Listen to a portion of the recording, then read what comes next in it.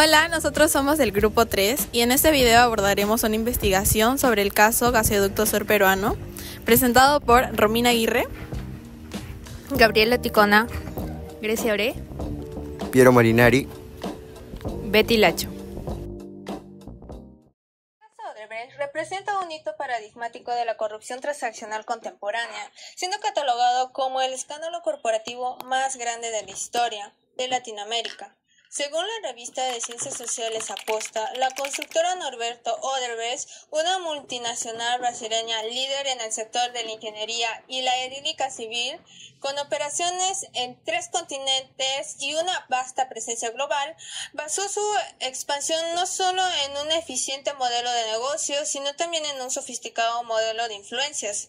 Este modelo se sustentó en una cultura organizacional corrupta, marcado por una ética corporativa orientada a resultados y la estructuración sistemática del soborno a través de una unidad interna especializada, el Departamento de Operaciones Estructuradas, más conocido como el DOE o el DOS. Mediante complejas redes de compañías de offshore y la comisión de delitos instrumentales como el lavado de dinero, Odebrecht admitió haber pagado alrededor de $788 millones en sobornos vinculados, más de 100 proyectos de 12 países, logrando una ganancia neta considerable.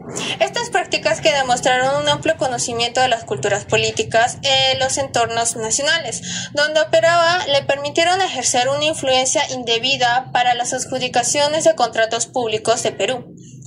En este país, siendo el primer destino internacional de la empresa, fue uno de los países donde este esquema generó un impacto político e institucional más profundo. En ese contexto, se analizará el caso del Gasoducto Sur Peruano, un proyecto de gran envergadura iniciado en el gobierno de Ollanta Humala, con la finalidad de examinar los antecedentes y el ambiente específico en el cual este megaproyecto de infraestructura se desarrolló.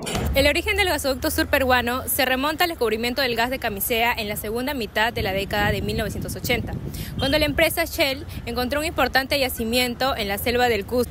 Como menciona Mauricia Ruiz Caro en su libro El gas de Camisea, su historia, su realidad y las perspectivas para el sur andino, este hallazgo multiplicó por más de 11 las reservas probadas de gas natural del país. Durante el primer gobierno de Alan García se intentó concretar un acuerdo con Shell, pero según explica la autora, la crisis económica, la hiperinflación y la falta de control estatal impidieron llevar adelante el proyecto. Años después, bajo el gobierno de Alberto Fujimori, el proyecto fue retomado, pero dentro de un contexto neoliberal que priorizó la inversión privada. En el año 2000, el consorcio Camisea asumió la explotación del lote 88, mientras que la transportadora de gas del Perú, conocida como TGP, se encargó del transporte del gas bajo el modelo BUT. Este modelo permitía que la empresa privada construyera la infraestructura, la administrara durante un tiempo determinado y al finalizar el contrato la transfiriera al Estado. Posteriormente, durante el segundo gobierno de Alan García, se propuso el proyecto del Gasoducto Andino del Sur, liderado por la empresa Cuntor Transportadora de Gas, vinculada al grupo Mont Oil. Esta iniciativa buscaba llevar el gas de Camisea hacia el sur del país, sin embargo, el proyecto no se concretó por falta de financiamiento y de garantías estatales. Fue durante el gobierno de Ollanta Humala cuando el proyecto recobró impulso. En ese contexto, se lanzó la licitación del Gasoducto Sur Peruano a través de Proinversión. La licitación, realizada en 2014, atrajo a diversos consorcios internacionales, pero finalmente el contrato fue adjudicado al grupo conformado por Odebrecht y Enagas. Su propuesta destacó por las garantías financieras y la experiencia técnica que ofrecía. Sin embargo, poco después comenzaron las críticas y las sospechas sobre el proceso de adjudicación, especialmente por los vínculos entre Odebrecht y funcionarios públicos. Fue así como el Gasoducto Sur Peruano, que nació como una propuesta de desarrollo e integración energética, terminó convirtiéndose en el centro de una de las mayores controversias de los últimos años. Abordando específicamente en el corazón de la investigación del caso Gasoducto Sur Peruano, los hechos delictivos y alegados y las acusaciones que se centran en el periodo 2011 a 2016, la Fiscalía sostiene que durante este tiempo se instauró el Poder Ejecutivo, una organización criminal liderada por el entonces presidente Ollanta Humala y la primera dama Nadine Heredia. Se les imputa haber utilizado indebidamente la jerarquía presidencial para la consecución de planes criminales, siendo en el centro de decisiones que guiaba a los demás miembros. Los 3 delitos principales imputados son la asociación ilícita para delinquir, colusión agravada y lavado de activos. El mecanismo clave fue la presunta colusión agravada, es decir, la concertación entre funcionarios públicos de alto nivel y la empresa Odebrecht para defraudar al Estado peruano. La acusación señala que Nadine Heredia, por delegación de su cónyuge Ollanta Humala, habría gestionado reuniones con representantes de Odebrecht para acordar 4 acciones en perjuicio del patrimonio estatal. 1. Poner fin al proceso de concesión anterior Gasoducto Andino del Sur. 2. Devolver la carta de fianza de más de $66 millones a Kuntur Transportadora de Gas, filial de Odebrecht. 3. Convocar un nuevo proceso de concesión, el GSP, bajo la modalidad de asociación pública-privada confinanciada por el Estado. Y 4. Garantizar el favorecimiento fraudulento en la adjudicación de la Buena Pro al Consorcio Gasoducto Sur Peruano integrado por Odebrecht. Estas concertaciones se apoyan en las declaraciones de colaboradores eficaces como Alejandro Graña y Hernando Graña, quienes indicaron que Jorge Barata les aseguró que la garantía no se ejecutaría debido a acuerdos con la pareja presidencial vinculados a un aporte de campaña. Para ejecutar este plan, se habría designado personal de confianza en puestos clave, ministros del Poder Ejecutivo y miembros de Proinversión, quienes estaban situados en el segundo y tercer nivel de la estructura criminal, según la investigación. Promovieron condiciones favorables, modificando el marco normativo y las bases del concurso para favorecer ilícitamente a Odebrecht. Incluso se imputa a abogados externos de estudios jurídicos haber cometido colusión agravada para elaborar opiniones legales que respaldaban la descalificación del consorcio rival. Lo que había empezado como un proyecto de integración terminó siendo un expediente judicial cargado de denuncias, recursos y decisiones históricas. El motor de esta investigación penal fue el acuerdo de colaboración eficaz con Odebrecht y sus ex ejecutivos como Jorge Barata. Este procedimiento proporcionó la prueba de que sustenta gran parte de la acusación. Por ello, en el 2017, el equipo especial Lavajato del Ministerio Público abrió una investigación contra el expresidente Ollanta Humala y su esposa Nadine Heredia.